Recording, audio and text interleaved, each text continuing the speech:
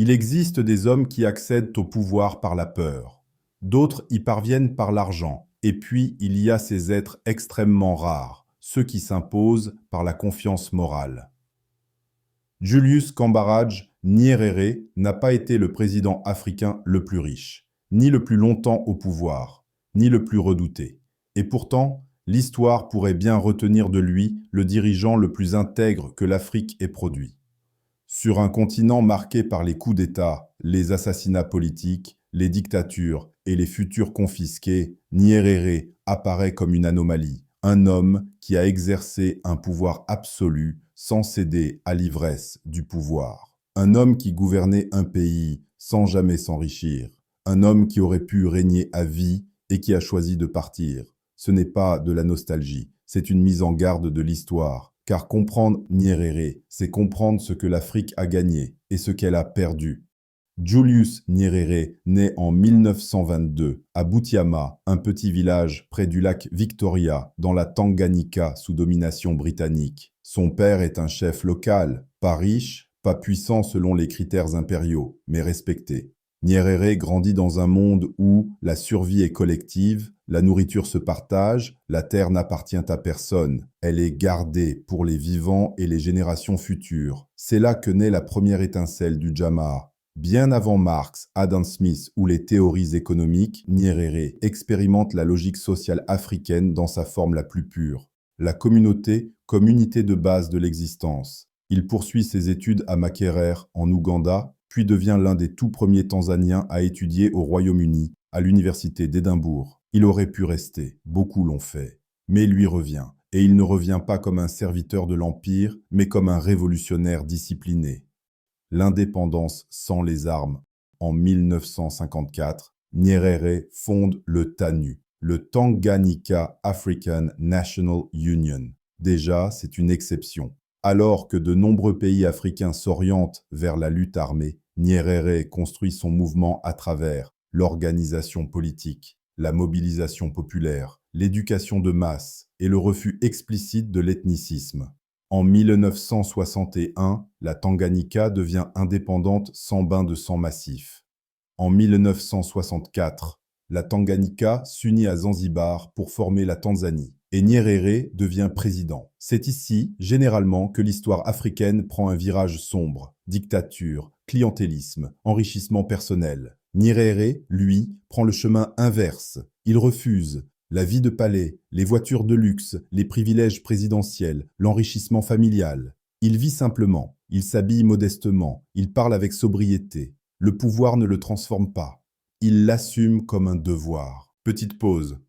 Si tu crois que reprendre notre histoire est un acte de résistance, si tu refuses le silence des récits coloniaux, si tu veux que ces voix ne disparaissent plus jamais, alors like cette vidéo, abonne-toi et partage-la autour de toi.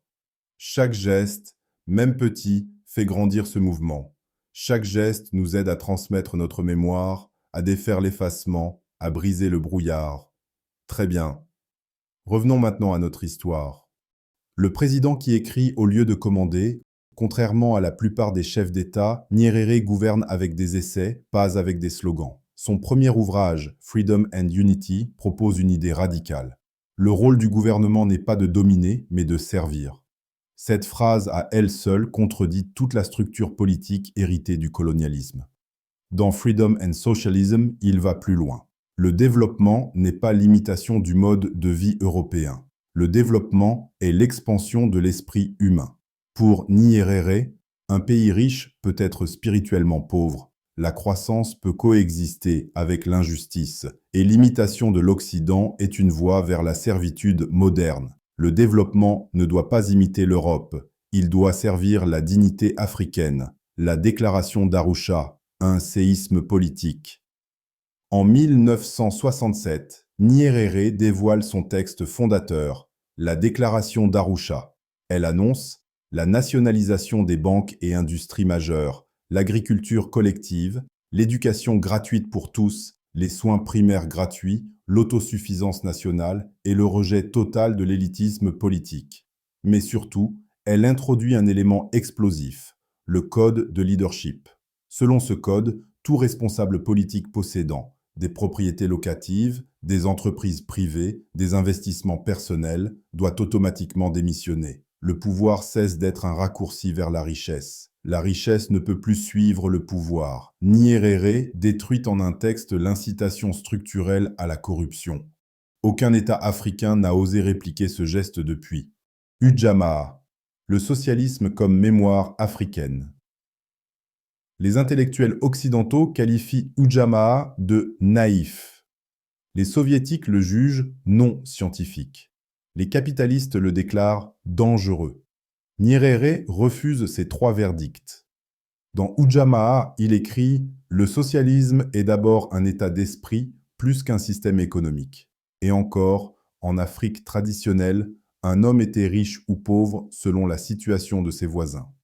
Ujamaa n'est ni une imitation de Moscou, ni une copie de la Havane. C'est une tentative de restaurer l'éthique économique africaine perdue. Égalité, partage, communauté, solidarité. Les villages sont réorganisés, les fermes collectivisées, les écoles se multiplient. Le taux d'alphabétisation monte en flèche. Pour la première fois, un État africain choisit la dignité humaine comme priorité absolue. La guerre silencieuse de l'Occident contre Nyerere refuse les prêts du FMI, refuse la Banque mondiale, refuse l'austérité, refuse les privatisations forcées. C'est impardonnable, car le modèle occidental voulait des marchés ouverts, une dépendance à la dette, des élites achetables, des économies exportatrices fragiles. Nyerere voulait l'autonomie, la dignité, l'éducation, la justice sociale. Alors l'Occident l'isole. Réduction des aides, pression diplomatique, attaque idéologique, asphyxie économique graduelle. Personne ne le renverse. Ils attendent qu'il s'épuise. Les limites du Jamaa, le diagnostic lucide. Pour être honnête, Ujamaa n'est pas un succès économique. Les problèmes émergent. Villagisation forcée, inefficacité bureaucratique, faibles incitations agricoles, isolement international, économie souterraine, exode des jeunes. Nyerere reconnaît ses erreurs, mais refuse d'abandonner l'idée que la dignité doit primer sur le profit. Le départ volontaire, l'acte que l'Afrique n'a jamais digéré. En 1985, Nyerere fait l'impensable. Il quitte le pouvoir, sans coup d'État, sans maladie, sans pression. Il dit simplement « J'ai fait des erreurs. Il est temps que d'autres fassent les leurs. » Cet acte réduit au silence tous les présidents africains qui prétendent ne pas pouvoir partir. Nyerere montre que le pouvoir peut être un service, pas une propriété. La plupart des présidents africains gouvernaient avec des décrets. Nyerere gouvernait avec des idées. Il écrivait pendant qu'il dirigeait. Il théorisait en même temps qu'il gouvernait. Et il n'avait pas peur de rendre ses doutes publics. Ses ouvrages ne sont pas des manifestes politiques creux. Ce sont des textes de combat intellectuels destinés à armer l'Afrique contre la domination. Freedom and Unity, Freedom and Socialism, Ujamaa, Essays on Socialism, Freedom and Development. Mis ensemble, ces textes défendent une thèse implacable. Sans indépendance économique et culturelle, l'indépendance politique n'est qu'un décor. Dans Freedom and Unity, il attaque frontalement le tribalisme. L'ennemi réel de l'Afrique n'est pas l'Européen, c'est la désunion entre Africains. Ce n'est pas du romantisme panafricain, c'est une stratégie de survie. Le tribalisme est un outil colonial. L'unité est un bouclier. Freedom and Socialism. Sa démolition du capitalisme. Dans Freedom and Socialism, Nyerere démonte l'idéologie capitaliste point par point. Il écrit « L'idée que le développement se mesure uniquement en argent est un héritage du colonialisme. » Puis, plus loin, une société qui permet à certains de vivre dans l'opulence tandis que d'autres n'ont pas le minimum pour survivre n'est pas une société civilisée. Ce n'est pas un slogan, c'est une attaque morale contre le capitalisme mondial. Pour Nyerere, le PIB ne signifie rien sans dignité, la croissance ne signifie rien sans justice, et le profit ne signifie rien sans humanité. Il refuse l'idée selon laquelle l'Afrique doit d'abord devenir riche pour devenir libre. Lui affirme « La liberté est le moteur du développement. Ujamaa, le socialisme comme héritage, pas comme importation. » Les universitaires occidentaux l'ont jugé idéaliste. Les marxistes orthodoxes l'ont trouvé trop africain. Les capitalismes l'ont vu comme une menace. Nyerere n'a écouté personne. Dans Ujamaa, il déclare « Le socialisme, c'est d'abord un état d'esprit ». Et aussi, dans la société africaine traditionnelle, chacun vivait selon la vie de ses voisins. Ujamaa n'était pas le soviétisme, ni le maoïsme, ni une copie des socialismes européens. C'était la tentative de reconstruire une économie morale africaine. Le partage, l'égalité, la responsabilité collective, la suppression des extrêmes. Il ne cherchait pas à imposer un système industriel venu d'Europe. Il cherchait à réparer la rupture coloniale. Son affrontement direct avec le FMI et la Banque mondiale, Nyerere avait compris quelque chose que peu de dirigeants africains osaient dire à voix haute. La dette n'est pas un outil financier, c'est un instrument politique. Dans Freedom and Development, il dénonce l'hypocrisie de l'aide internationale. Celui qui paie le musicien choisit la chanson. Accepter leur aide sans discussion, c'est accepter leur contrôle sans résistance. Et encore, un pauvre n'est pas libre s'il doit mendier pour vivre. Pendant des années, la Tanzanie résiste à l'ajustement structurel, aux dévaluations imposées, aux coupes budgétaires, aux privatisations. Il sait très bien ce que cela implique. Chômage massif, destruction des services publics, concentration des richesses, dépendance accrue, domination politique de l'extérieur. Lorsque la Tanzanie finit par céder au programme du FMI dans les années 1980, après son départ, le pays bascule, industrie détruite, pauvreté en hausse, inégalité explose. Le futur qu'il craignait est arrivé exactement comme prévu. Sa vision du pouvoir, la morale avant la technique. Son idée la plus radicale n'est pas économique, elle est éthique. Pour Nyerere, un leader doit être capable de se sacrifier. S'il n'est pas prêt à sacrifier pour son peuple, il n'est pas digne de le diriger. Il croyait que la richesse pervertit le pouvoir, la peur transforme la politique en oppression, et qu'une loi sans éthique devient un instrument de tyrannie. C'est pourquoi son gouvernement interdit la corruption systémique, impose la transparence, empêche la formation de dynasties, refuse le népotisme.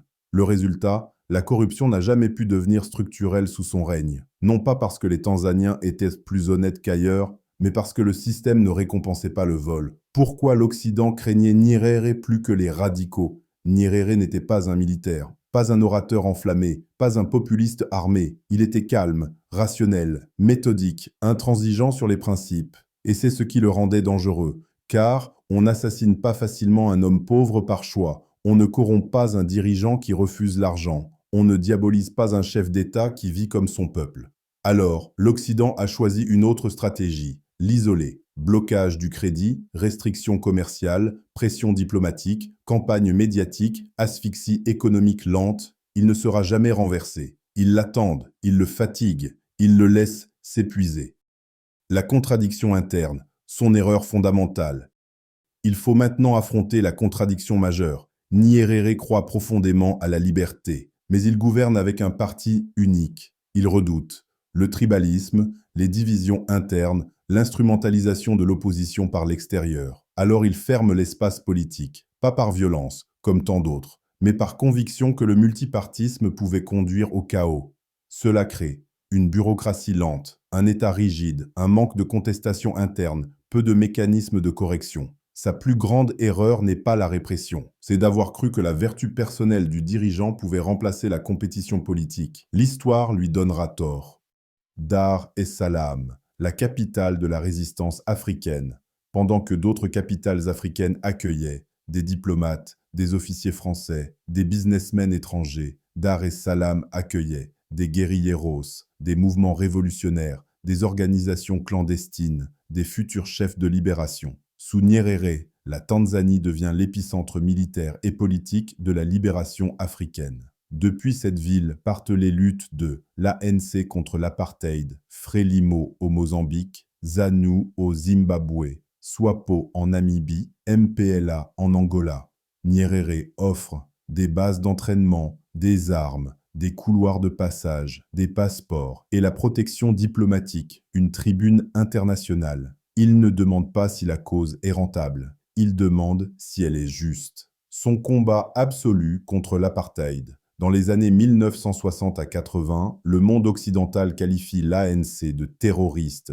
Nyerere, lui, les appelle des combattants de la liberté. Le monde commerçait encore avec Pretoria. La Tanzanie rompt toute relation. Les banques craignaient les sanctions. La Tanzanie assume les pertes. Le Royaume-Uni, les États-Unis, la France temporisaient. Nyerere dénonçait ouvertement leurs hypocrisies. Il déclare « Entre la justice et l'injustice, il n'y a pas de neutralité ». Cette phrase, dans le contexte de la guerre froide, était un acte de défi. L'apartheid menace.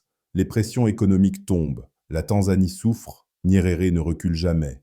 La guerre contre Idi Amin, le seul conflit de sa vie. En 1978, le dictateur ougandais Idi Amin envahit la Tanzanie. Nyerere aurait pu négocier, temporiser, céder une portion du territoire. Au lieu de cela, il lance une offensive totale. Les troupes tanzaniennes avancent jusqu'à Kampala. Elles renversent Idi Amin.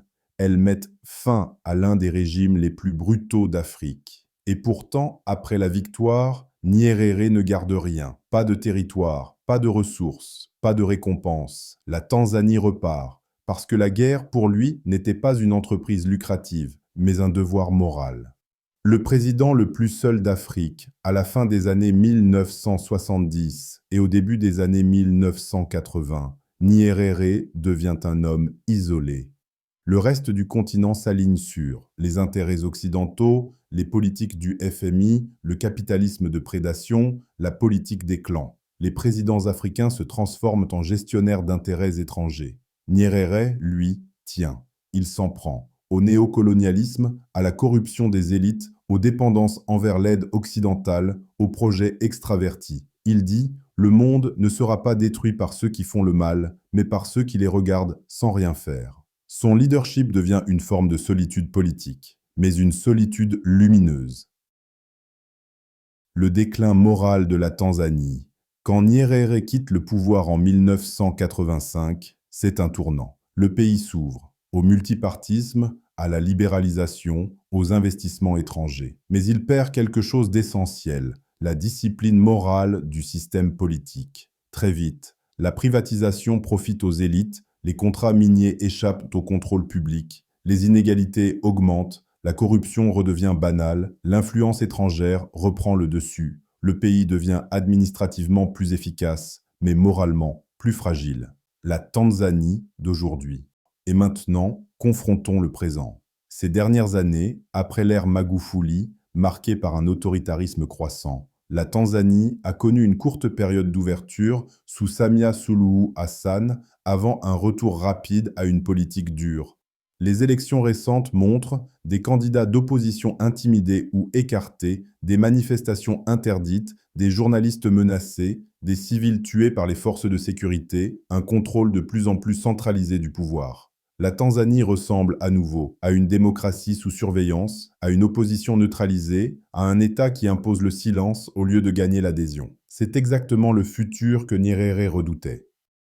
2025, le choc des contrastes. Comparons sans détour, Nyerere quitte le pouvoir volontairement. Aujourd'hui, les dirigeants modifient les règles pour rester. Nyerere refuse la richesse personnelle. Aujourd'hui, la classe politique s'enrichit via l'État. Nyerere prône l'unité sans oppression. Aujourd'hui, l'unité nationale devient prétexte à la répression. Nyerere voulait une Tanzanie fondée sur la dignité. Aujourd'hui, on invoque son nom pour justifier le contraire. Ce n'est pas une évolution, c'est une trahison. La prophétie accomplie, il avait tout prévu. Vers la fin de sa vie, Nyerere prononce une phrase qui résonne comme une prophétie. Le véritable danger n'est pas que l'Afrique soit recolonisée par la force. Le danger est que les Africains cessent de croire en eux-mêmes. Quelle lucidité! La dépendance à la dette, la perte de souveraineté économique, la marginalisation démocratique, la résignation collective, tout ce qu'ils craignaient est devenu réalité. Nyerere n'était pas un accident, il vient d'une génération qui avait connu la domination, qui voulait la dignité, qui voyait la politique comme un devoir moral, qui refusait d'être achetable. Aujourd'hui, les conditions ont changé. Le système politique africain produit des carriéristes, des technocrates clients des bailleurs, des dirigeants dépendants des forces extérieures, des États sécuritaires. Nyerere venait d'une époque où la politique était une bataille éthique. Aujourd'hui, elle est devenue un marché de pouvoir. Son héritage, non pas un modèle, mais une question. Nyerere ne laisse pas un système parfait. Il laisse quelque chose de plus important, une question. L'Afrique peut-elle être gouvernée avec intégrité? Est-il possible d'exercer le pouvoir sans cupidité? Un État africain peut-il rester souverain dans un monde de domination économique? Nyerere a prouvé que la réponse était oui, mais il n'a pu l'incarner que pour un temps.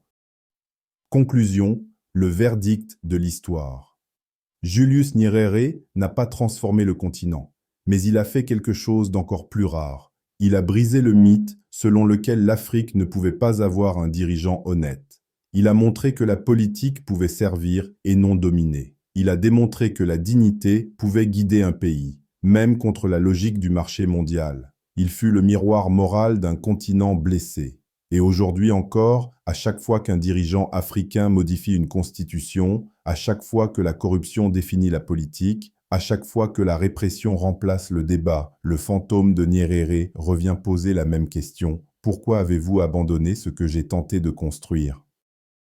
Si cet épisode t'a éclairé, ému ou révolté, nous t'invitons à liker, partager et t'abonner. Chaque geste aide ces voix, ces histoires, ces vérités à voyager plus loin. La connaissance est un champ de bataille et tu fais partie de ce combat. Merci d'avoir écouté. On se retrouve dans la prochaine vidéo.